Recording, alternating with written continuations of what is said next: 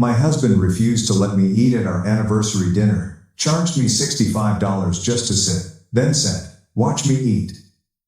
A stranger saved me. During our anniversary dinner, my husband said, "She's not eating," when the server asked for my order. Her contribution to the bill was non-existent. While my husband Logan handed my menu back to him without allowing me to look at it, I responded to the bewildered waiter, "I'll have water." He had made reservations for us at the steakhouse he had chosen for our 12th anniversary without informing me that there would be restrictions. The waiter held his pad awkwardly as he stood there. "Would you want to view the menu, ma'am?" "For me," Logan replied, "she's okay." He told me I couldn't eat, but he ordered a $120 lunch, saying, "I'll have the ribeye medium rare with loaded potato." "Is the woman not eating, sir?" The waitress had a worried expression. Logan grinned as if this were typical. "She is unable to place an order because she did not bring any cash." "I take it that's how eateries operate? You eat what you paid for." He spoke loudly enough for the nearby tables to hear. A surprised older couple glanced over. "Please, Logan. We are celebrating our anniversary." With a laugh, he handed his phone to the waiter. "Take a look at our bank accounts. She has $18. I have $15,500. 8 months prior, he had divided our finances without talking about it. In order to be able to pay for her own meals, she wants to be self-sufficient." The waiter shuffled uneasily. "For the table, I could bring some bread." Logan gave a headshake. "Bread is for the patrons. She is merely seated here." He faced me. "You need to have considered dinner before quitting your work." I had not quit. I had been laid off. However, Logan had been telling everyone that I made the decision to be jobless. "Logan, I got laid off. The business made a reduction in size." He dismissively waved his hand.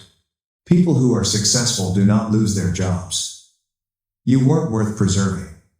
Now the couple next to us was staring at us openly. The woman's expression was one of horror. Logan became aware and raised his voice. "She's learning about repercussions from me. There can be no consuming if there is no contribution." He fanned money on the table after taking it out. "Look at this. This is the appearance of labor." The waiter made another attempt. "A little salad? Maybe." Logan retrieved the cash. "Did you not get it? She doesn't have any money, therefore she doesn't eat. It's just basic economics." He gave me a glance. "Perhaps hunger may spur you to look for work more quickly." That week, I had applied to 55 jobs. "You informed me that the retail job was beneath us, and that I shouldn't accept it." Logan gave a gruff laugh. "That was prior to my realization that you are currently worthless in the workplace. Any work would be beneficial." The woman at the adjacent table approached. "I apologize, miss. Do you want to come along? We have a spare seat." Angrily, Logan got to his feet. "She is my spouse. I sit with her." The woman gave him a nasty expression. "In public, you're starving your wife." Logan took his phone out once more. "I'm a financial responsibility instructor." On the screen, he displayed something to her. Her expenses from the previous month are shown below. $75 for groceries. The woman seems perplexed. "She purchased food for your household."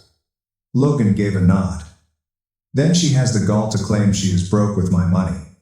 He faced me once again. "You may now watch me eat because you used my food money." To fetch the manager, the waiter went out. Logan was retrieving additional financial documents, so he was unaware. "Look, February, her gas bill was $35. $55 for medicine in March." He exposed all of my money to everyone nearby. All of a sudden, though, she needs meals. My anxiety had been worse since Logan started acting this way, so I was taking medicine for it. "Logan, that's when we exchanged accounts. You mentioned that we were both accountable for home finances." He took a seat again. "That was before you started to cost money." Logan started whining as soon as the manager showed up. "When I made it plain that my wife wasn't placing an order, your server kept trying to push food on her. The manager glanced at each of us. Is there something wrong, sir? Logan grinned, his professional grin. No issue. I'm a paying client placing a meal order. She is merely going with me. The manager paused. One person cannot be served while the other is left hungry. Logan took out more money. Her seat will be covered by me. A rental charge. How is $65 going? The bill was placed on the table by him. There. She is now compensated to sit rather than eat. The elderly woman at the adjacent table raised her voice. Financial abuse is what this is. Logan betrayed her. Mistreatment? Everything is paid for by me. Me? The house, the mortgage, the utilities, the insurance? He used his fingers to count. She doesn't contribute anything, but she anticipates dining at upscale establishments. The spouse of the woman also got to his feet. You're making your wife look bad, young man. Logan chuckled. Being unemployed was a humiliation for her. Things changed at that point. The manager and a security guard returned with the waiter. We will have to ask you to leave. Sir. Logan's face flushed. What? The paying client is myself. The manager gave a nod. Additionally, we maintain the right to decline service. You're upsetting the other visitors. Outraged, Logan got to his feet. Successful people are being discriminated against in this way. The security officer moved in closer. Please leave willingly, sir. Logan reached for his money. Okay, but she's heading home on foot. Gas is expensive. He left me there and rushed off. The elderly woman drew out the chair beside her spouse. I shifted as if my body were someone else's when she motioned for me to sit down. In front of me, the server came with the menu and opened it. I gazed at the words, but my eyes were watering so much that I was unable to understand them. My arm was touched by the woman. They were presented as Claire and Ethan by her spouse. My voice broke halfway through, but I was still able to speak my name. I was appreciative when Claire ordered a chicken meal for me without asking what I wanted because I was unable to make my own selection. I took a piece of the bread the waiter delivered since I needed something to do with my hands. There was no one to call, so I shook my head when Ethan asked if I needed them to make a call. Over the past few years, Logan had gradually shut me off from the majority of my friends, and my parents resided 3 states away. Claire watched me take the first taste of the food when it arrived, and then she began to eat. I kept worrying about Logan driving home by himself and what he would do after I arrived, so even though the chicken was delicious, it lodged in my throat. Claire inquired about my accommodations for tonight. My stomach ached more from the question than from the hunger. I informed her that Logan and I shared a home about 20 minutes away. She glanced at Ethan, and a silent exchange took place between them. I opened my lips to answer yes when Ethan asked if I felt safe leaving for home, but nothing came out. Reaching into her purse, Claire took out a business card. She clarified that she volunteered at a shelter that assisted women who were facing challenges. The card was printed on basic white material with an address and phone number. Even though I knew I wouldn't use it, I nevertheless put it in my pocket. Ethan slipped a napkin across the table with his mobile number written on it. He advised me to call at any time, day or night, if I needed assistance. Despite my objections, they paid the tab, and I thanked them both and finished my chicken. Before I left, Claire gave me a hug and said in a whisper that what had transpired wasn't normal or acceptable.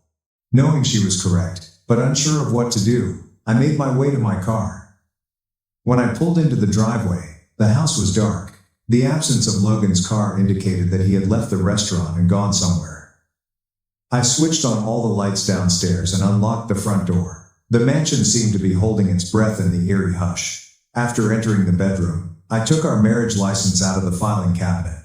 Then, at the back of my underwear drawer, where Logan never looked, I discovered my social security card and birth certificate. I looked through his office for bank statements, but he had his computer password protected.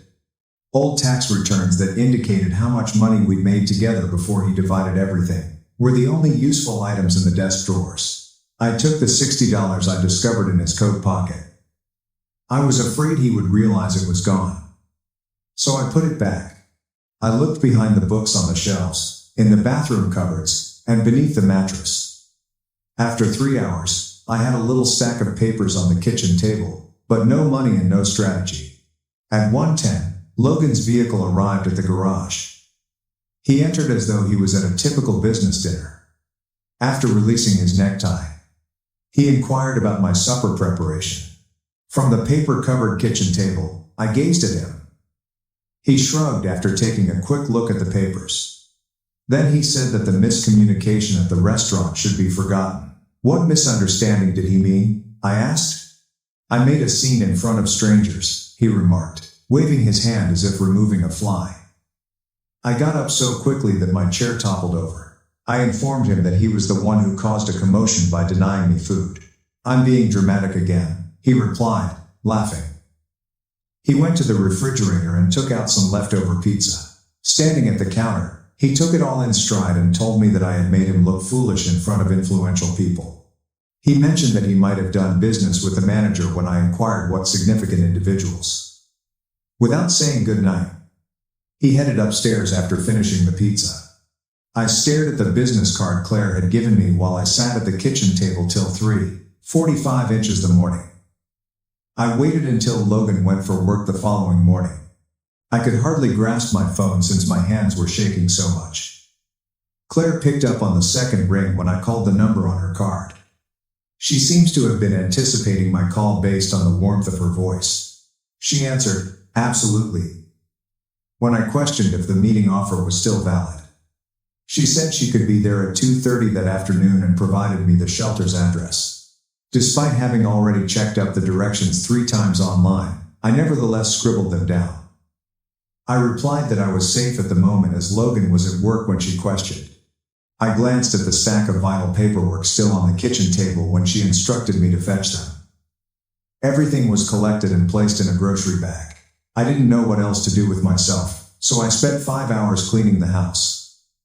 The refuge was located in a downtown office building that had been transformed.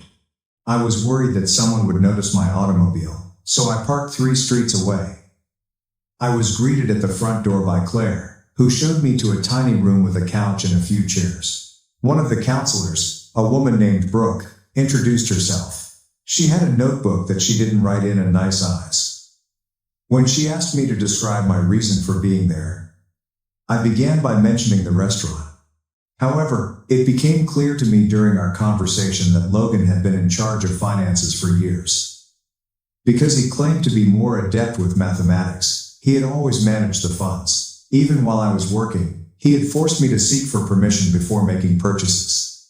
He had questioned everything I bought and forced me to return items he thought were superfluous. He would keep an eye on all of our transactions when we had joint accounts, and he would call me at work if I spent money without first telling him. The issue didn't begin when the accounts were separated 8 months ago. It was merely the most recent phase of a process that had been underway since our marriage. When Brooke clarified that this was financial abuse, I broke down in tears since I had never been able to put it into words. I received a packet from Brooke that contained information about housing and legal aid. Getting my own bank account, which Logan couldn't access, was the first step, according to her. Logan had no accounts at the bank across town, so Claire offered to drive me there. Claire offered me a donation of $25, which I used to create a bank account when we visited that afternoon. I was asked by the bank employee if I wanted checks or just a debit card. I didn't want Logan to find anything with my name and address, so I just picked the card. I had my name printed on the vivid blue card.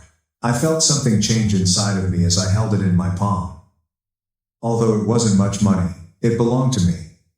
Logan was unable to check the balance or inquire about my spending. Before I departed, Claire gave me a hug and drove me back to my car. She insisted that I give her a call if things worsened. After arriving home ahead of Logan, I concealed the debit card beneath the bathroom sink in a tampon box. When he got home at 6:30, he immediately entered the living room. He was on the couch with the remote control when I followed him. When I attempted to access Netflix on my phone, an error warning appeared. I questioned Logan about whether there was a problem with the account. He said he had changed all the passwords while grinning without turning to face me. He said, because I didn't contribute to those bills either. When I asked why, he had altered the Wi-Fi password, Netflix, and Hulu. He informed me that if I wanted the new Wi-Fi password, it would cost $65. I walked upstairs and looked up free Wi-Fi spots using the data on my phone. The coffee shop 3 miles away and the library both had it. I could live without Netflix, but in order to apply for employment, I required internet access. Logan asked what I was preparing for supper when he shouted up the stairs. I didn't respond. Logan declared he was going on a business trip 4 days later. Like a parent sending a child to their room, he announced that he would be gone for 5 days. At 6:30 a.m., he packed his bags and departed without saying farewell. I bided my time until his vehicle vanished from view. I then took out my phone and began snapping photos. In his office, I took pictures of every financial statement I could find. I snapped screenshots of previous emails in which we talked about sharing money. I noted the dates on which he had changed the passwords and split up our accounts. The same week he informed me we couldn't afford groceries. I discovered invoices proving he had spent $420 at a pub. During an argument last month, he punched a hole in the wall, which I captured on camera. He was unaware that I had backed up everything to a cloud storage account. I had more than 100 pictures by the end of the first day that showed his control pattern and his expenditure in comparison to mine. On the third day of Logan's excursion, my phone rang. A name I hadn't seen in months appeared on the caller ID. My old coworker from the job where I had been laid off was Jenna. I tried to respond that I was doing good when she inquired how I was, but instead I broke down in tears. Everything regarding Logan's journey, the shelter, the restaurant, and the money was revealed in a hurry. Jenna paid attention without interjecting. She said she was coming over when I was done. 20 minutes later, she showed there with her laptop and coffee. We were now upgrading my resume, she remarked. It took us 3 hours to professionally rewrite my employment history. Jenna said she would put in a word for me because her new firm was hiring. In search of administrative assistance, she was also aware of 2 other locations. My resume looked better than it had ever looked, and by the time she departed, I had applications ready to submit to 3 different jobs. At the door, Jenna gave me a hug and insisted that I update her. I experienced something I hadn't felt in months as I watched her drive off. Perhaps it was hope. The following morning, Jenna sent me a list of businesses that were hiring. She had forwarded my resume to her supervisor and 2 other individuals she was aware of. 2 interviews were planned, one for Thursday morning and one for tomorrow at 2. This afternoon, the 3rd business requested to make a phone call. I kept a notepad under my mattress so Logan wouldn't find it, and I wrote everything down on it. I responded yes when Jenna asked whether I needed a ride to any of the interviews since I didn't want Logan to see me getting into a car while dressed up. Since I informed Logan that I would be spending time at the library anyhow, she offered to pick me up there both days. That afternoon, I went to the shelter to practice responding to interview questions with Brooke. We went over each response until I stopped trembling when I discussed my abilities. She had printed out a list of typical ones. Explaining why I quit my previous employment was the most difficult question. Brooke advised me to avoid bringing up Logan or the money issues and to keep things straightforward and businesslike. Simply put, I was a part of a wider layoff when the company shrunk. She forced me to say it 12 times until it sounded natural rather than practiced. She then showed me the donation closet, which included business attire for women attending interviews. I discovered a neat, well-pressed blue shirt and a black blazer that fit flawlessly. Brooke added a pair of dress pants and a pair of barely scuffed black flats. I looked at myself in the mirror after trying everything on in the restroom.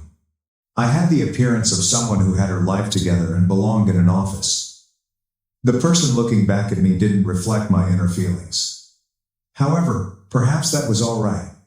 Perhaps I could pretend till it happened. The phone interview went more smoothly than anticipated.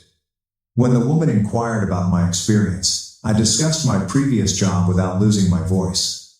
She stated they would give me a call back tomorrow if they wanted to arrange a face-to-face meeting and seemed impressed by my organizational abilities. Halfway through the discussion, I noticed that my hands had stopped shaking and hung up. "Good luck for tomorrow," Jenna wrote me, adding that she would be picking me up at the library at 1:30. 20 minutes from our residence, at a marketing business, was the first in-person interview.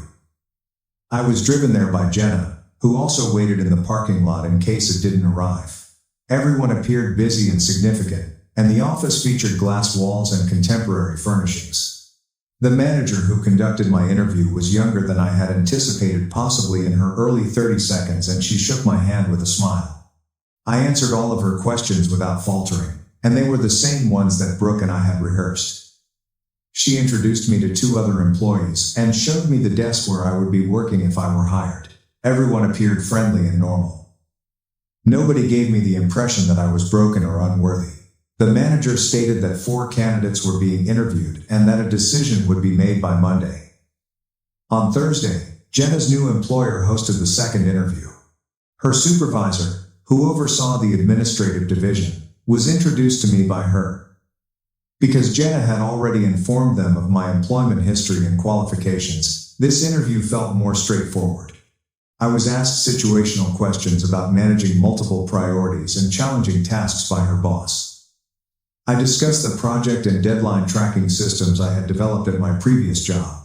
She took notes on her papers and nodded in agreement.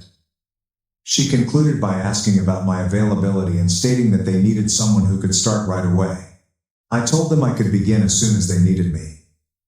"I'll hear from them by the end of the week," she said, shaking my hand. I had an odd feeling in my chest as I left Jenna's building. It took me a moment to realize that it was true hope. True hope, not the hopeless kind I had been holding on to. One more phone call is planned for tomorrow, along with 2 excellent interviews. 3 genuine opportunities to become independent. On Friday night, Logan returned from his business trip. He entered the room carrying his suitcase while I was preparing dinner in the kitchen. He didn't greet me or inquire about my well-being. He went directly to his office after dropping his bag by the stairs. I overheard him laughing with whoever was on the other end of the phone as he talked about his trip. When he eventually entered the kitchen, he asked if I had purchased the groceries with his money after glancing at the pasta I was preparing. We both knew that I had no other choice, so I said yes. He sat down at the table after nodding as if he had made a point. He began eating without saying thank you when I placed a plate in front of him. We ate in silence while I sat across from him with my own plate. He didn't inquire about my week, bring up the restaurant, or offer an apology. As if nothing had happened, he simply ate his meal and browsed through his phone. Logan was taking a shower on Saturday morning when Jenna's boss called. She offered me an administrative job with benefits after 60 days, starting at $45,000 annually. Before she had finished describing the specifics, I had already said yes. I had 2 days to figure out how to keep this a secret from Logan because she wanted me to start on Monday. She laughed and said she was thrilled to have me on the team after I thanked her 3 times. I sat on the bed and stared at my phone after I hung up. I worked, a legitimate job, and the money I earned would go into my secret account. I heard Brooke's voice cautioning me against telling Logan. He would sabotage everything by calling my new boss, forcing me to quit, or finding a way to ruin it. Until I saved up enough cash to travel safely, I had to keep this a secret. When Logan emerged from the restroom, he inquired as to why I appeared strange.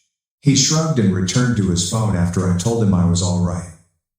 The remainder of the weekend went by in the customary quiet.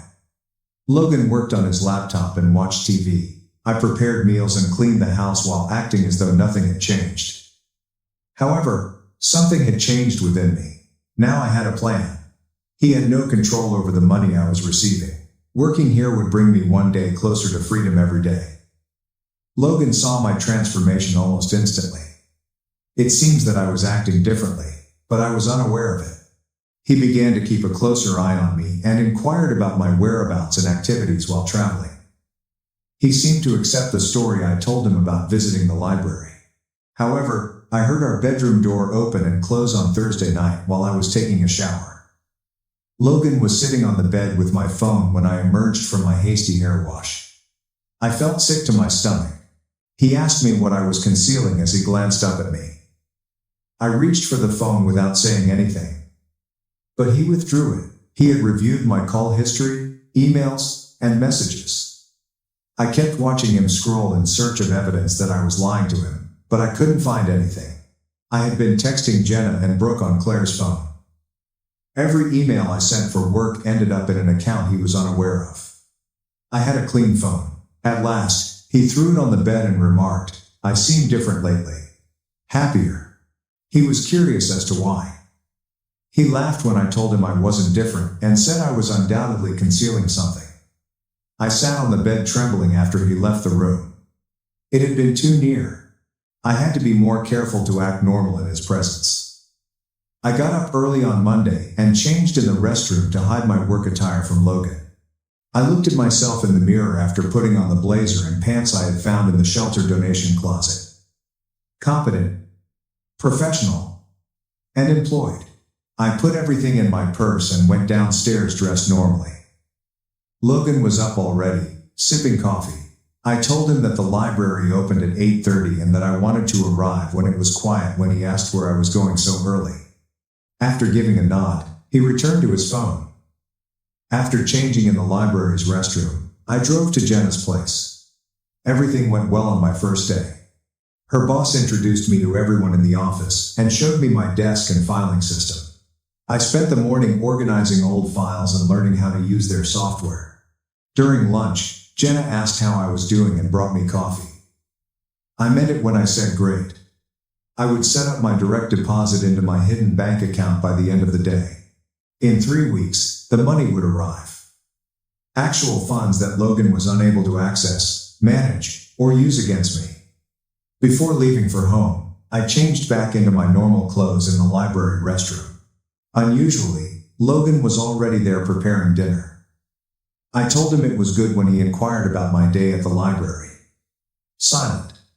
I use their computers and read a few books. That response seemed to satisfy him.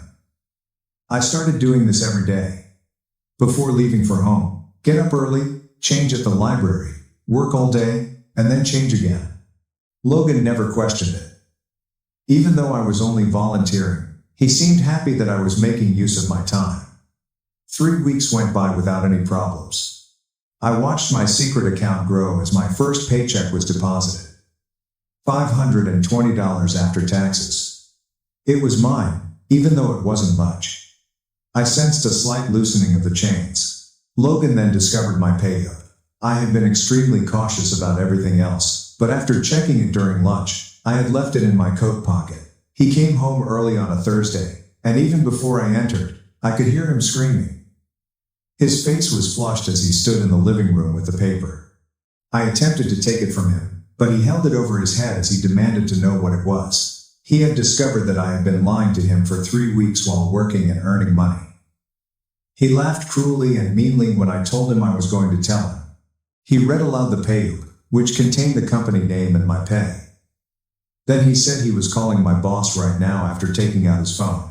He was going to accuse me of lying on my application, stealing from the company, and being mentally unstable, all of which would disqualify me from employment. Something broke in me as I watched him dial.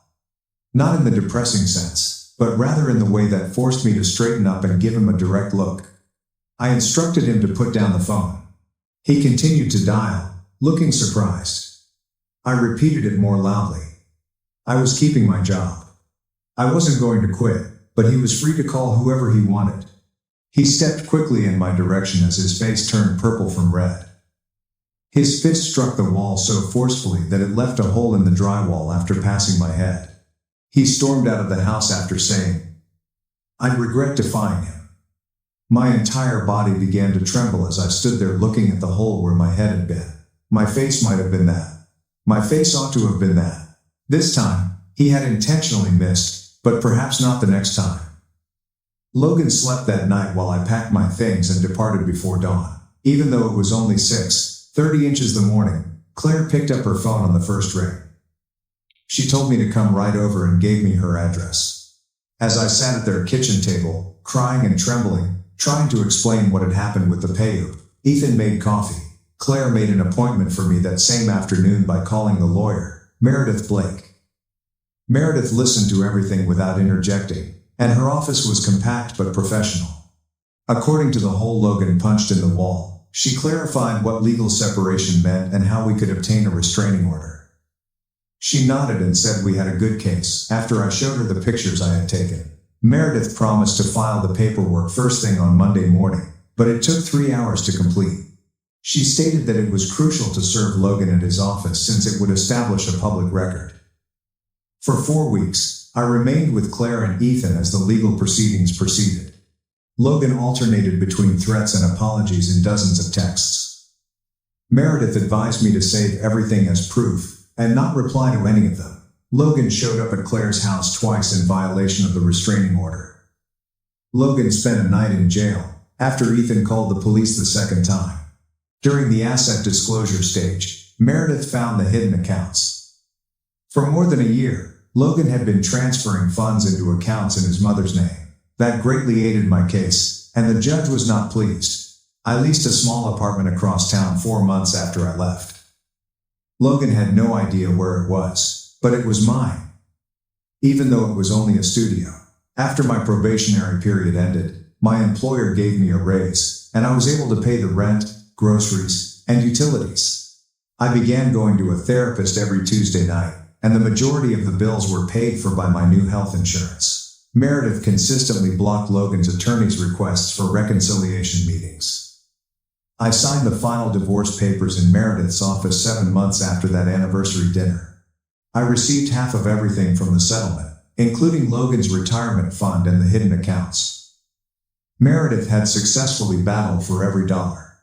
For the first time in years, I left that office financially secure and legally free. That evening, Claire hosted a small celebration dinner for me, which was attended only by her, Ethan, and Jenna. I felt lighter than I had in a long time after we laughed and ate delicious food. When my anxiety struck or I saw couples at restaurants, some days were still difficult. However, I had my own finances, personal space, and people who genuinely cared about my well-being. I was creating something entirely my